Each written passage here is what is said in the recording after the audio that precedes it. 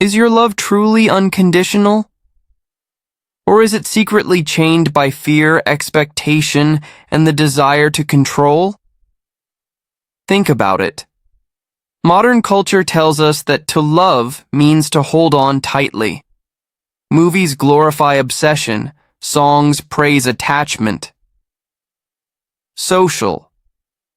Media preaches that if you lose someone, you lose yourself. But the Stoics would say, this is not love.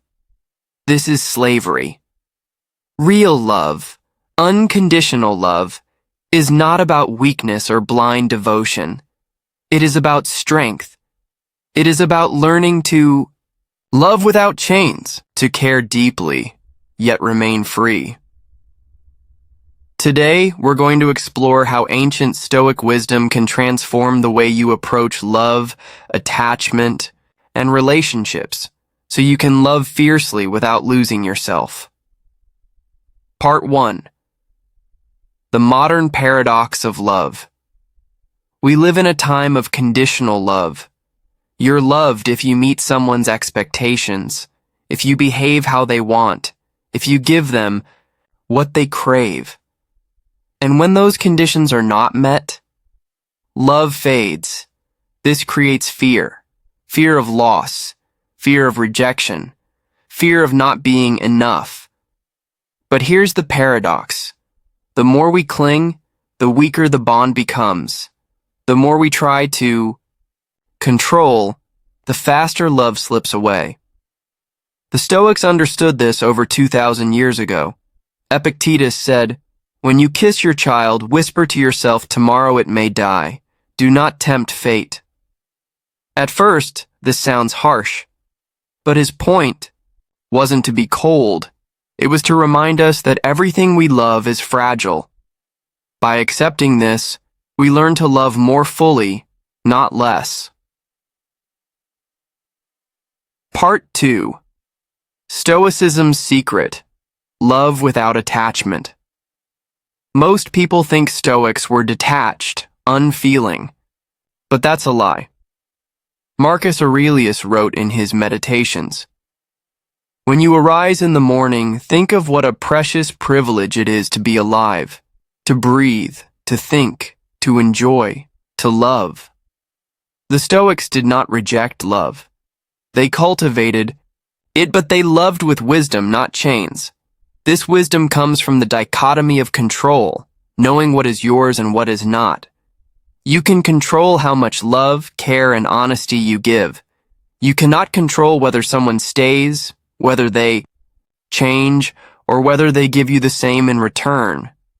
When you confuse the two, you suffer. But when you separate them, you are free.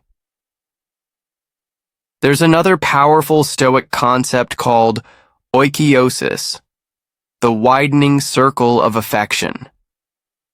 Love begins with the self, expands to family, then friends, then all humanity. This is unconditional love, not because it clings, but because it radiates outward without demand. Part 3. Navigating relationships with Stoic strength. So how do you practice this in real life? The Stoics used a tool called premeditatio malorum, premeditation of hardships. Imagine the struggles in your relationship before they happen, not to poison your mind with fear, but to prepare. If you know that misunderstandings, conflicts, even loss are inevitable, you stop being surprised by them. Instead, you meet them with resilience. Epictetus said, "Don't demand that things happen as you wish, but wish them to happen as they do happen, and you will go on well." Let's make it practical. Next time you feel overwhelmed by someone's choices, stop. Ask yourself, what is in my control here? Maybe it's your patience, your clarity, your presence, but their reaction, their growth, their flaws, those are not yours to own.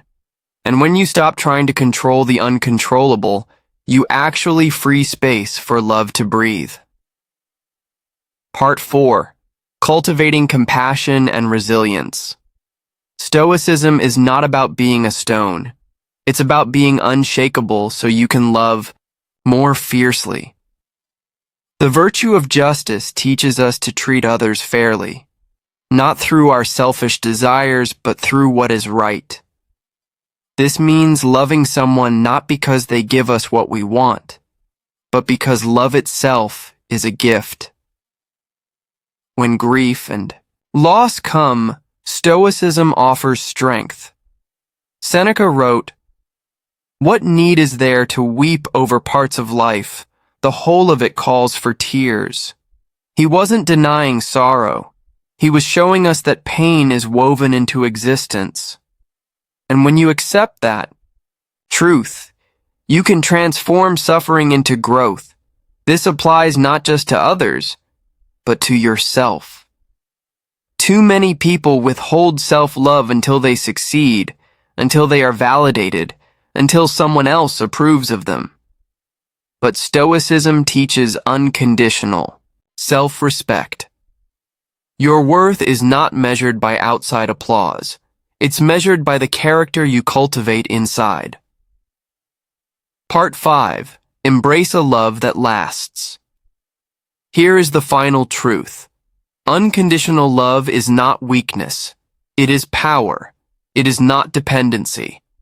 It is freedom. To love without attachment is to love without fear.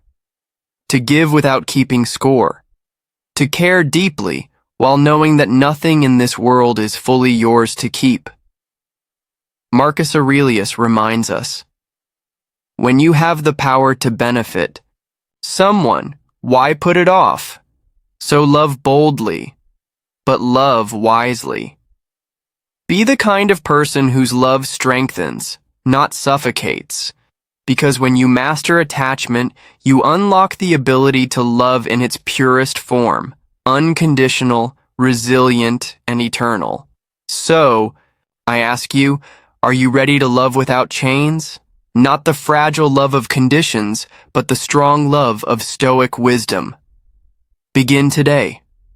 One principle at a time, one choice at a time.